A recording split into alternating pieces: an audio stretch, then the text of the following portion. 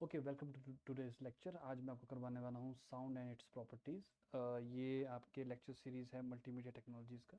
तो आज हम देखेंगे कि साउंड क्या होता है, characteristics of sound, attributes of sound और डिफरेंट डिफरेंट एस्पेक्ट्स जो हैं साउंड के रिलेटेड टू मल्टीमीडिया, उसको हम स्टडी करेंगे।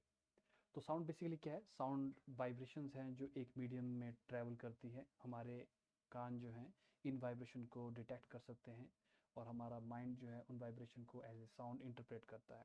तो आप सोच सकते हो कि साउंड क्या है। साउंड बेसिकली वेव्स होती हैं, जो कि असेंशली एनर्जी का फॉर्म ही होती है। जनरली आप देखेंगे कि साउंड एक मीडियम से होके प्रोपोगेट करता है। ये सबसे बड़ी प्रॉपर्टी है साउंड की। अगर आपके पास मीडियम नहीं है तो साउंड प्रोपोगेट नहीं करेगा। रीज़न ये है कि ये वाइब्रेशन जो है एक मीडियम के पार्टिकल्स के वाइब्रेशन से प्रोड्यूस होती है। तो हम कहते हैं कि साउंड वेव्स जो हैं लॉन्गिट्यूडनल वेव्स होती है, और लॉन्गिट्यूडनल वेव्स के लिए हमेशा एक मीडियम की ज़रूरत होती है।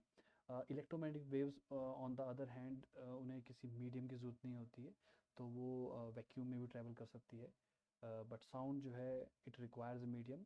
तो वैक्यूम में आपका साउंड जो है वो बेसिकली ट्रैवल नहीं कर सकता है। जनरली साउंड वेव्स जो है एक सोर्स से जनरेट होती है, और ये सोर्स जो है बेसिकली वाइब्रेशन क्रिएट करता है, और यही वाइब्रेशन जो है हमें साउंड के फॉर्म में सुनाई देती है।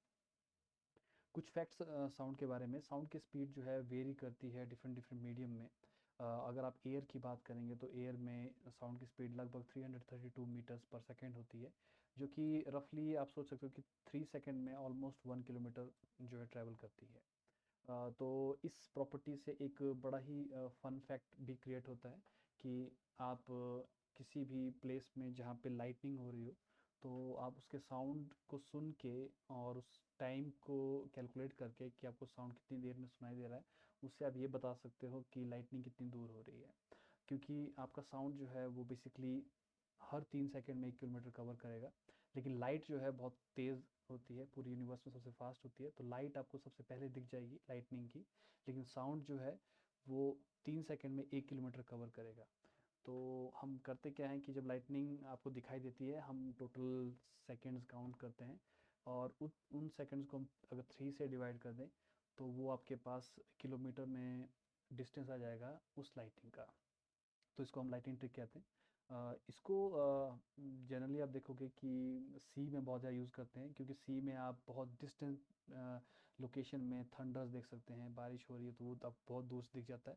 तो आप एजुकेटेड गेस लगा सकते हो कि ये जो थंडर है वो कितनी दूर है। साउंड की जो स्पीड है वो बेसिकली इलास्टिक मीडियम में और भी ज़्यादा होती है। तो अगर आपके पास स्टील है, तो स्टील क्योंकि बहुत ही इलास्टिक मटेरियल होता है, तो उसमें आपके साउंड की स्पीड जो है वो basically 6 kilometre per hour, sorry, पर सेकेंड रहती है। कुछ प्रॉपर्टीज़ साउंड की जो आपको पता होनी चाहिए। सबसे पहले आपके पास है फ्रीक्वेंसी ऑफ साउंड। क्योंकि मैं आपको बता रहा हूँ कि साउंड बेसिकली वाइब्रेशंस है, तो ये जो वाइब्रेशंस हैं ये पार्टिकल्स की मूवमेंट की वजह से क्रिएट होती है। इस तरह का टू एंड फ्रो जो मोशन है ये साउंड क्रिएट करता है। तो इस मोशन में जो आपके पास फ्रीक्वेंसी है वो डिनोट करती है कि इस तरीके का जो रिपीटिंग मोशन है वो कितनी बार हो रहा है 1 सेकेंड में। तो आप देखोगे कि जैसे जैसे आपके पास ये मोशन रिपीट करता है, आपके साउंड जो है प्रोपोगेट करता है। तो हम देखते हैं कि ये जो रेपिटेशन है आपके पास वेव का, ये 1 सेकेंड में कितनी बार हो रहा है, तो वो आपका फ्रीक्वेंसी बन जाता है। दूसरा आपके पास है कि साउंड कितना तीखा आपको महसूस होता है, हम उसको पिच कहते हैं। तो जो वो परसेप्शन है फ्रीक्वेंसी की, अगर आपको साउंड तीखा सुनाई दे रहा है तो उसकी फ्रीक्वेंसी ज़्यादा होती है। अगर आपको साउंड डल सुनाई दे रहा है तो उसकी फ्रीक्वेंसी लो होती है। तो वो जो सुनने में जो आपको तीखा लग रहा है sound, that is called as a pitch. Third property आपके पास है wavelength of the sound. Wavelength का मतलब है कि जो आपका साउंड वाइब्रेशंस हैं इनके जो आपके पास रिपीटिंग शेप्स हैं उनके बीच में डिस्टेंस कितना है। आप देख सकते हो कि साउंड जो है इस तरीके के क्रेस्ट्स और इस तरह के ट्रफ्स बनाता है। क्रेस्ट यानी कि जो आपके पास हाई आपके पास मोशन है मी पोजीशन से, लो पोजीशन को हम ट्रफ कहते हैं। तो इस तरीके के जो आपके पास क्रेस्ट बनेंगे इनके बीच में जो डिस्टेंस है हम इसको वेवलेंथ कहते हैं। तो या तो आप क्रेस्ट के बीच का डिस्टेंस ले लो या फिर ट्रफ के, तो दोनों जो हैं ये आपके वेवलेंथ को सिग्निफाई करता है। उसके बाद है एम्पलीट्यूड। और एम्पलीट्यूड आपके पास शो करता है कि जो पार्टिकल मूव कर रहा है आपके पास वाइब्रेशन में, वो मीन पोजीशन से कितना दूर जा रहा है। तो जितना दूर आपके पास पार्टिकल जाता है मीन पोजीशन से, उतना ही ज़्यादा उसका एम्पलीट्यूड होता है। तो दिस इज़ एम्पलीट्यूड। इस केस में मैंने एग्जांपल में आपको एक यूनिफॉर्म वेव दिखाई है। ज़रूरी नहीं है कि साउंड आपका इसी तरीके का हो, कुछ जगह पे साउंड जो है बिल्कुल धीरे शुरू होता है और शायद फिर ज़्यादा भी जा सकता है।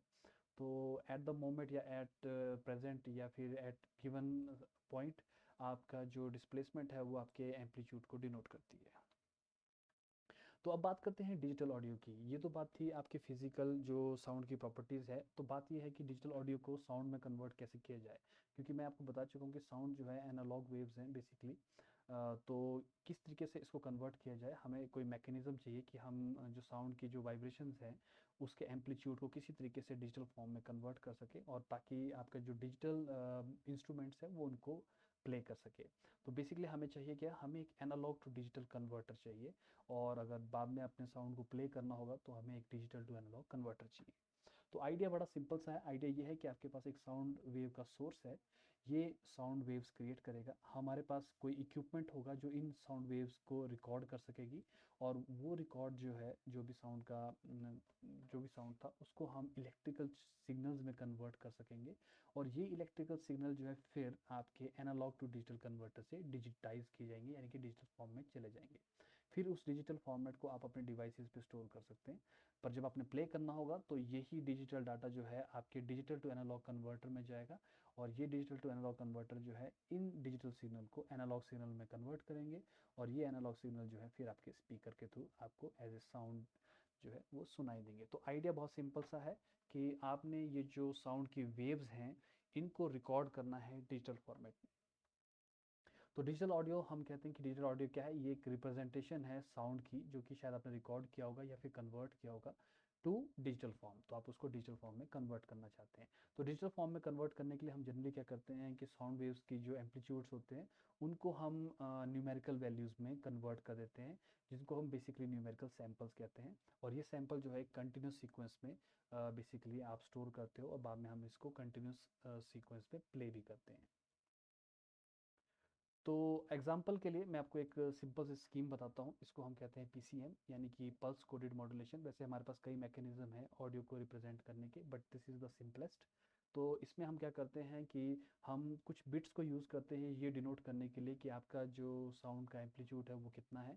और बेसिकली ये जो इंफॉर्मेशन है जिसको हम बिट डेप्थ कहते हैं, ये बताती है कि कितने बिट्स जो हैं स्पेसिफाई किए गए हैं अगर आपने एम्पलीट्यूड को शो करना है। जनरली आप देखोगे जितने भी ऑडियो आपके पास साउंड रहते थे सीडीज़ में, वो 16 बिट यूज़ करते थे, यानी कि एक साउंड को रिप्रेजेंट करने के लिए 16 बिट को यूटिलाइज करते थे। और ब्लू रे या फिर डीवीडी जो है वो 24 बिट्स यूज़ करते थे। एक जनरल रूल ऑफ थंब ये है कि जितने ज़्यादा बिट्स आप स्पेसिफाई करोगे, आप उतने ही ज़्यादा इन्फॉर्मेशन जो है ऑडियो की कैप्चर कर सकते हो, और कॉरस्पॉन्डिंगली ऑडियो की क्वालिटी आप उतने ही बेटर वे में रिप्रेजेंट कर सकते हो।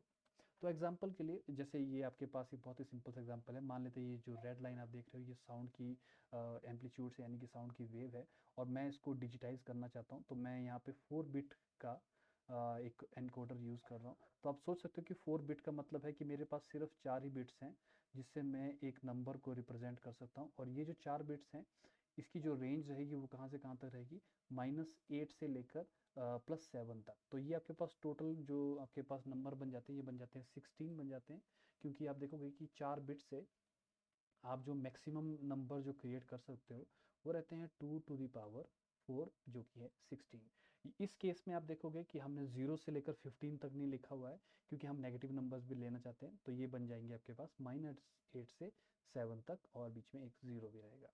तो आप देख सकते हो कि अगर मैंने नंबर्स इस एम्पलीट्यूड को डिजिटल फॉर्म में रिप्रेजेंट करना है, तो मैं उसको इस तरीके से, जैसे यहाँ पे है डॉट्स के शेप में, मैं इसको रिप्रेजेंट कर सकता हूँ। अब आप यहीं से देख के सोच सकते हो कि एग्जैक्ट वेव का मैंने पैटर्न नहीं बनाया है, लेकिन मेरा जो डिजिटल डाटा है वो काफ़ी हद तक एक सीधी सीधी लाइन की तरह इसके कर्व के साथ साथ जाता है। तो जितना बड़ा आप एनकोडिंग प्लेटफॉर्म आप यूज़ करोगे उतना बेटर जो है आप इन जो एम्पलीट्यूड्स है उनको आप रिप्रेजेंट कर सकोगे। तो इसीलिए हम कहते हैं कि जितने ज़्यादा बिट्स आप स्पेसिफाई करेंगे उतने ही ज़्यादा आपके जो साउंड की जो रेजोल्यूशन है उतनी अच्छी होगी। ऑडियो एनकोडिंग के बहुत सारे सिस्टम हैं और ये सिस्टम जो है हम आने वाले लेक्चर्स में स्टडी भी करेंगे। बहुत कॉमन, जैसे मैंने आपको पीसीएम बताया था, पल्स कोडेड मॉड्यूलेशन, उसके बाद आपका डिफरेंशियल पीसीएम है, एपीसी है, अडेप्टिव प्रेडिक्टिव कोडिंग, और उसके बाद कुछ कॉमन से फॉर्मेट जो आप जनरली अपने फ़ोन या कंप्यूटर्स में देखते हो, जैसे कि MP3 है, AAC है, फ्लैक है।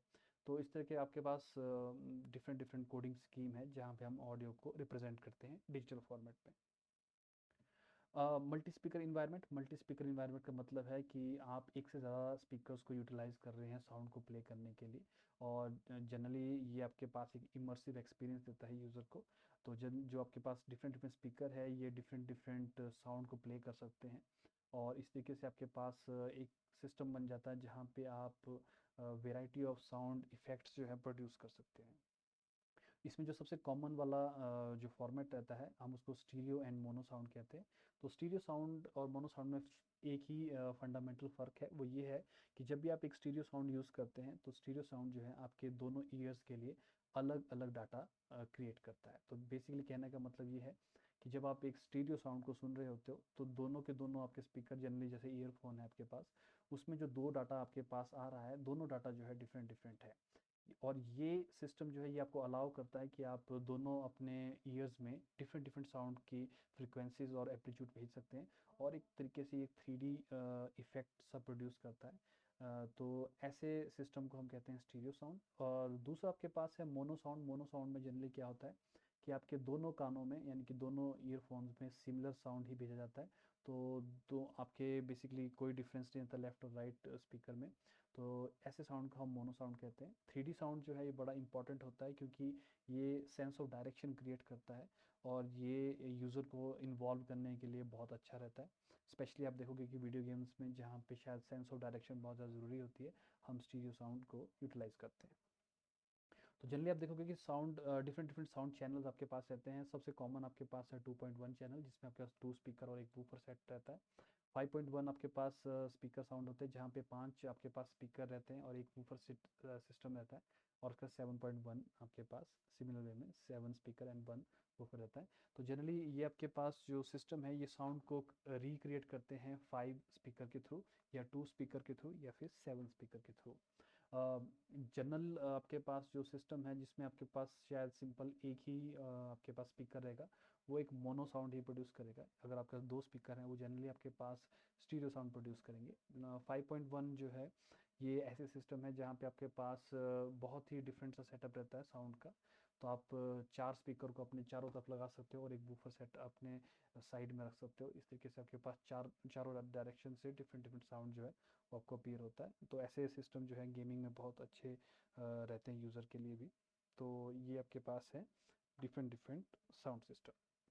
तो बेसिकली इस पूरी प्रेजेंटेशन में मैंने आपको बताया कि साउंड क्या है। साउंड आपके पास वैसे एक फॉर्म ऑफ वाइब्रेशन है, और ये हमारे ईयर्स के थ्रू हमारे पास आते हैं, और साउंड की डिफरेंट डिफरेंट प्रॉपर्टीज़ होती है। आने वाले लेक्चर्स में मैं आपको बताऊंगा कि जो हमने डिफरेंट डिफरेंट कोडिंग मैकेनिज्म देखे थे साउंड को एनकोड करने के, उनके बारे में थोड़ा सा पढ़ेंगे कि वो किस तरीके से वर्क करते हैं। अगर आपको इस लेक्चर्स में कोई डाउट हो तो काइंडली इस वीडियो के कमेंट सेक्शन में कमेंट कीजिए, मैं वहाँ पे उसके आंसर देने की कोशिश करूँगा। Thank you.